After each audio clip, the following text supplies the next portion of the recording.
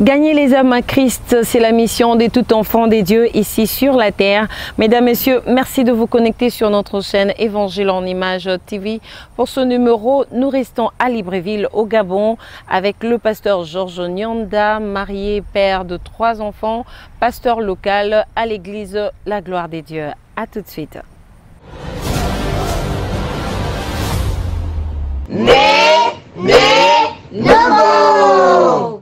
Bonjour, pasteur Georges Nyanda.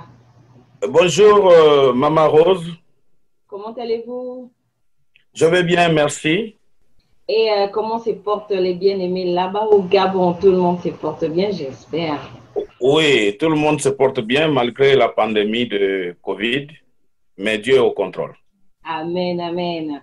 Eh bien, ce qui vous emmène aujourd'hui, justement, nous partager votre belle histoire avec le Seigneur Jésus-Christ. Comment est-ce que le pasteur Nyanda a reçu Christ comme Seigneur dans sa vie? Bien, comme je disais tout à l'heure, que déjà, je suis né d'une famille chrétienne. Ma mère était servante de l'Éternel. Nous avons grandi dans cette ambiance chrétienne. On nous a menés à l'église où on pouvait prier à la maison. Et maintenant, lorsque nous sommes arrivés à un âge adulte, au-delà, je crois, de 18 ans, personnellement, j'ai considéré que bon, ça, c'était le forcing des parents. Donc, ces dieux-là, on ne le connaissait pas vraiment. Peut-être qu'on allait à l'église par peur, sinon on va te gronder. Mais là, tu te dis non, ça, ce n'est pas mon chemin. Okay. C'est en ce moment-là que j'ai commencé à vivre loin de Dieu, commettre des choses qui étaient contraires à la volonté de Dieu. Vivre dans le péché, dans l'impudicité, c'est-à-dire on avait des copines à gauche, à droite, on pouvait fumer la cigarette, on pouvait même aller au-delà. Parce qu'on se disait que nous sommes jeunes et dans cette jeunesse-là, on devait en profiter du temps de la jeunesse. En fait, c'était la pensée que quand on est jeune, on doit chercher de nouvelles expériences, hein, des expériences que nous croyons et qui étaient bien, mais en réalité, c'était des mauvaises expériences. Et c'est dans cette ambiance que nous avons continué à vivre pendant quelques années. Mais seulement, je suis parti de mon pays d'origine pour le Gabon ici. Et lorsque je suis arrivé, les objectifs qu'on avait fixés par rapport à ce voyage n'étaient pas atteints. Donc, il y a eu beaucoup de difficultés que j'ai rencontrées, jusqu'à même être chassé de la maison, de là où je vivais. Okay. Et c'était une situation compliquée. Et pendant ce temps, je croise un ami qui me présente l'invitation d'aller à l'église où ils avaient, une fois dans la semaine, un temps d'évangélisation. Et je n'ai pas accepté l'invitation. Je disais, bon, je n'ai pas besoin de cela, puisque je vivais encore ma jeunesse. Mais cet ami ne s'est pas arrêté là. Il revenait tout le temps. Jusqu'à ce qu'un jour, j'ai dit, bon, je vais répondre à son invitation, puisque c'est quand même, plusieurs fois il s'est présenté, il m'importunait un peu. Okay. Et en répondant à l'invitation, lorsque j'arrive dans cette église des Assemblées de Dieu, ce jour-là, c'est un diacre qui prêchait la parole de Dieu. Et lorsqu'il prêche, bon, comme je disais, j'ai grandi dans la foi, dans la vie chrétienne, donc je me disais, mais je vais écouter quoi? Puisque j'ai déjà écouté ça quand j'étais tout petit dans la maison de ma mère. Mais cette fois-là, ce n'était pas la même chose. Parce que je constatais que lorsque ce diacre prêchait, des choses qu'il disait perçaient vraiment mon cœur et qui m'amenaient à commencer à verser des larmes, à pleurer. Et du coup, lorsque l'appel a été lancé, qui demandait qui voulait accepter Jésus, j'étais parmi les premiers à répondre à cet appel. Alors que je me disais chrétien, je me disais que j'étais né chrétien, j'étais chrétien comme c'était un décret qui avait été dit que je suis chrétien de naissance. Or, je me suis rendu compte au travers de cette prédication que j'étais loin de Dieu. Okay. Et finalement, en répondant à cet appel, j'ai rencontré le Seigneur Jésus jusqu'à ce moment-là, à partir de cette date-là, jusqu'à aujourd'hui, je reste fidèle à ces dieux. Alléluia. Mm. Amen. Mais qu'est-ce que alors la vie chrétienne, le fait de vous donner à Christ, qu'est-ce que ça vous a apporté? Oui, la vie chrétienne a apporté beaucoup plus. C'est d'abord, malgré que je me sentais, je vivais, mais en réalité, je ne vivais pas, puisque dedans, il y avait des troubles. Mais la première des choses que la vie chrétienne apporte, c'est la paix. La paix du cœur. C'est-à-dire, ce n'est pas la paix qui est l'absence de la guerre, mais c'est une certaine tranquillité interne, une certaine maîtrise en soi. Ça veut dire que quel que soit ce qui va se passer tout autour, que ce soit des bons ou des mauvais moments, mais vous êtes en paix. Il y a quelque chose qui vient s'ajouter pour vous remettre dans une situation de sérénité. En fait, ça, on ne l'a pas quand on est loin de Jésus. Et ensuite, on se sent en sécurité. Même si on est seul quelque part, mais vous sentez comme si vous êtes entouré par des gardes du corps invisibles. Hein? C'est-à-dire cette sécurité-là qui vous permet d'avoir l'assurance que, quel que soit le temps, quelles que soient les circonstances, Dieu est avec vous. En fait, c'est quelque chose que je n'avais pas lorsque je n'avais pas encore Jésus. Vous voyez? Donc, et la vie en Jésus nous a apporté aussi la joie. Hein? C'est-à-dire que quel que soit tout ce qui tourne tout autour de toi, tu restes joyeux. Tu ne perds pas ton sourire. En fait, c'est des choses que quelqu'un d'autre a du mal à comprendre. Mais lorsqu'on est en Christ, Dieu va te donner ces choses-là pour te donner comme des nouvelles capacités hein, que tu ne peux pas expliquer sur le plan naturel. Voilà un peu. Moi, je trouve que Jésus a beaucoup apporté dans ma vie. Il a beaucoup sémé dans ma vie. Et je suis content et heureux de rester attaché à ce Jésus jusqu'à la fin. Amen. Est-ce qu'on ne peut pas aussi se dire quelque part, si je peux bien voir l'histoire du pasteur Georges, est-ce que ce n'est pas les difficultés qui l'avaient poussé à accepter Christ? On a tellement souffert et puis le fait qu'on vit loin des parents, on se dit on n'a pas le choix.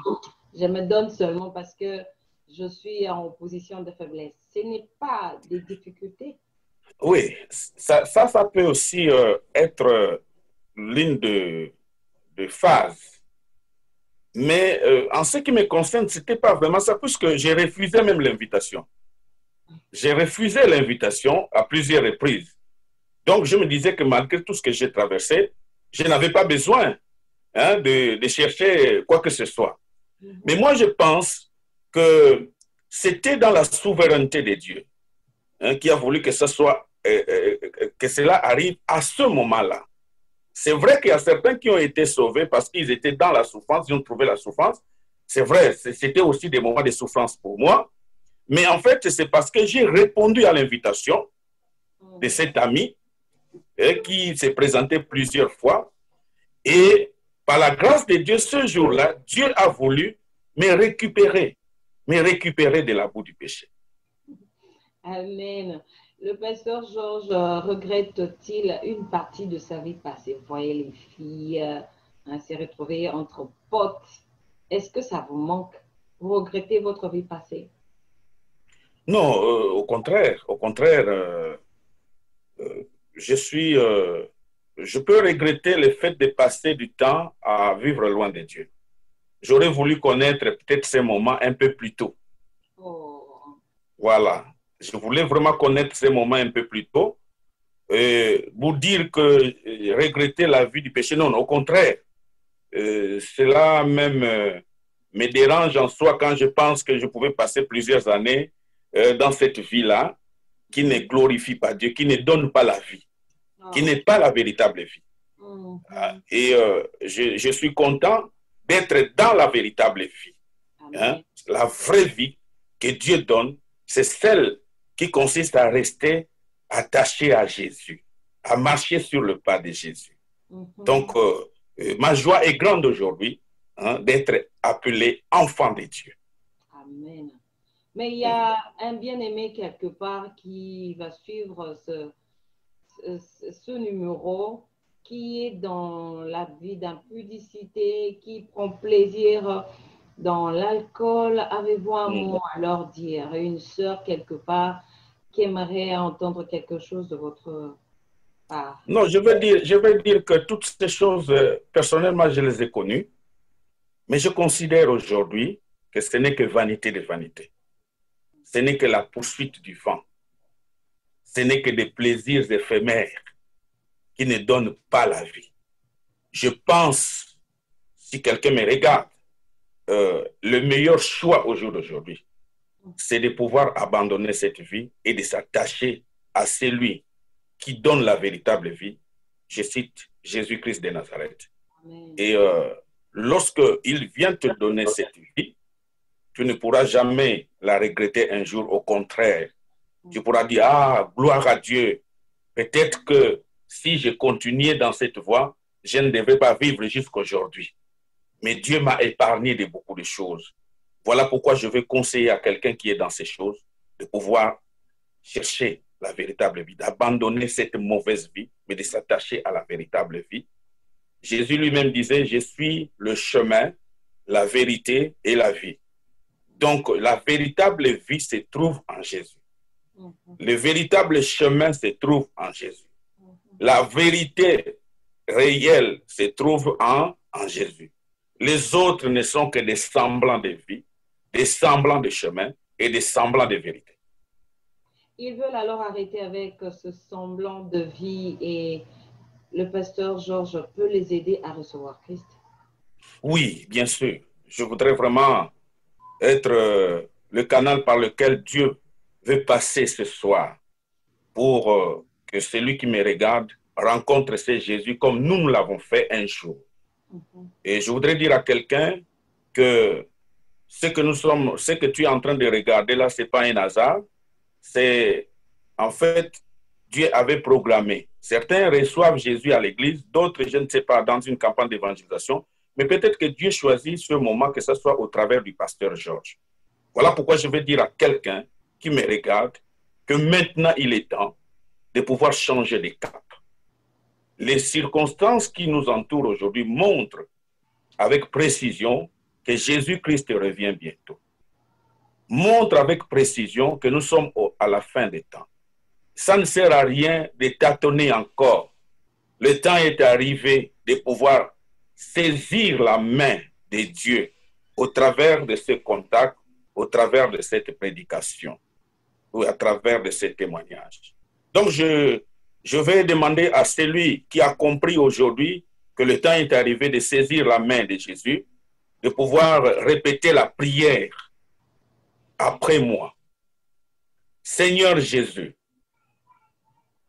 je comprends ce soir que ma vie n'est rien si toi tu n'interviens pas personnellement.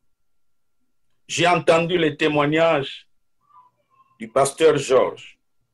Aujourd'hui, je comprends que tout ce que je fais n'est que vanité de vanité et poursuite du vent. Voilà pourquoi je viens vers toi, Jésus, afin que je puisse déclarer que j'ai péché contre toi, en acte, en parole et en pensée. Ce soir, je prends la décision, après avoir regretté tout ce que je fais, je viens te demander pardon, afin que tu pardonnes de tous mes péchés, de toutes mes iniquités. Et je prends la ferme décision ce soir de divorcer avec le monde des ténèbres et de pouvoir te recevoir, Seigneur Jésus, dans ma vie, comme Seigneur et Sauveur personnel. Je prends l'engagement de pouvoir marcher avec toi jusqu'à la fin de mon séjour sur la terre. Et je prie, Seigneur, que tu m'aides à pouvoir aller jusqu'au bout de ma décision de ce jour. Au nom de Jésus. Amen. Amen. Amen. Merci beaucoup, Pasteur Georges. Merci de nous partager cette très belle histoire. Que le Seigneur vous bénisse et Amen. on se dit à la fois prochaine. À la fois prochaine. Bye bye. Merci. Merci, que Dieu vous bénisse, que Dieu bénisse votre émission.